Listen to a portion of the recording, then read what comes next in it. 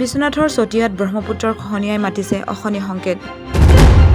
বিভাগীয় কাম কাজত অসন্তুষ্টি ৰাইজৰ। বিশ্বনাথ চতিয়াৰ পূব কালাকাটিত ব্ৰহ্মপুত্ৰৰ খহনীয়া ধাৰণ কৰিছে কালিৰ ৰূপ।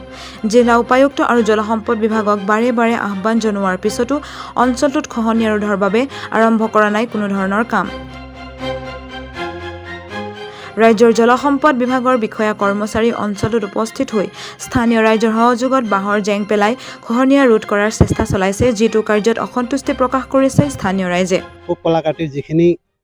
পূব কলাকাটিয়েদি যিখিনি বিশ্বনাথ পানপুৰ মাথাউৰি হৈছিলে, এইখন অলপ দূৰতে আছিল, প্ৰায় 1 কিলোমিটাৰ 1.5 কিলোমিটাৰ দূৰতে আছিল নদী। কিন্তু এই কেইবছৰ অলপ খহনীয়া কম আছিলে, কিন্তু এইবাৰ প্ৰায় ভাঙি খুৱাই মাথাউৰি আছে বৰ্তমান 50 মিটাৰমান আছে।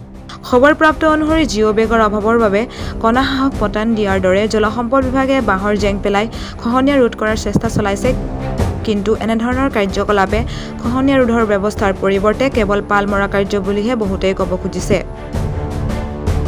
গতিকে আমাৰ বিভাগীয় কৰ্তৃপক্ষৰ যদিও আহে বা আমিও কাকত মিনতি কৰি আছোঁ, কিন্তু এখেতৰ কোনো কাণসাৰ নাই। যদিও বাঁহৰ জেং অলপ চলপ দি আছে, বাঁহৰ জেঙত নহ'ব। বাগা চেণ্টাৰৰ নিচিনা এনেকৈ ক'লা বেগৰ কাম কৰিলে সেয়াত ৰখিব বুলি। বাঁহৰ জেং কোনে দি আছে? বাঁহৰ জেং আমাৰ বিভাগীয় SDO ছাৰ আহিছে, ইয়াত আহি এখেতে জলসম্পদ বিষয়াৰ দি আছে।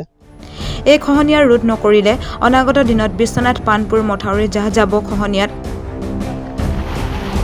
আৰু বিশ্বনাথ পানপুৰ মথাউৰিৰ ওপৰত নিৰ্মাণ হৈ থকা ছুপাৰ হাইৱেৰো অৱস্থা তথৈবচ হ'ব। স্থানীয় ৰাইজে জলসম্পদ মন্ত্ৰী পীয়ুষ হাজৰিকাৰ প্ৰত্যক্ষ হস্তক্ষেপত অতি শীঘ্ৰে ব্যৱস্থা গ্ৰহণ কৰি খহনীয়া প্ৰতিৰোধ কৰিবলৈ আহ্বান জনাইছে। পীয়ুষ হাজৰিকাৰ ছাৰলৈ আহ্বান আছে আৰু আমাৰ মুখ্যমন্ত্ৰী ডাঙৰীয়া তেখেতলৈও আহ্বান আছে। তেখেতলৈও আমাৰ এইখিনি নিউজৰ জৰিয়তে চাওক। পীয়ুষ হাজৰিকাৰ ডাঙৰীয়া তেখেত বান বিষয়া মন্ত্ৰী, তেখেতেও চাওক, চাই পেলাই আমাৰ কিবা ব্যৱস্থা কৰক, যিহেতু আমি খেতি কৰি খোৱা মানুহ। বিশ্বনাথৰ পৰা ধৰ্ম ৰিজালৰ ৰিপৰ্ট PPN ডিজিটেল।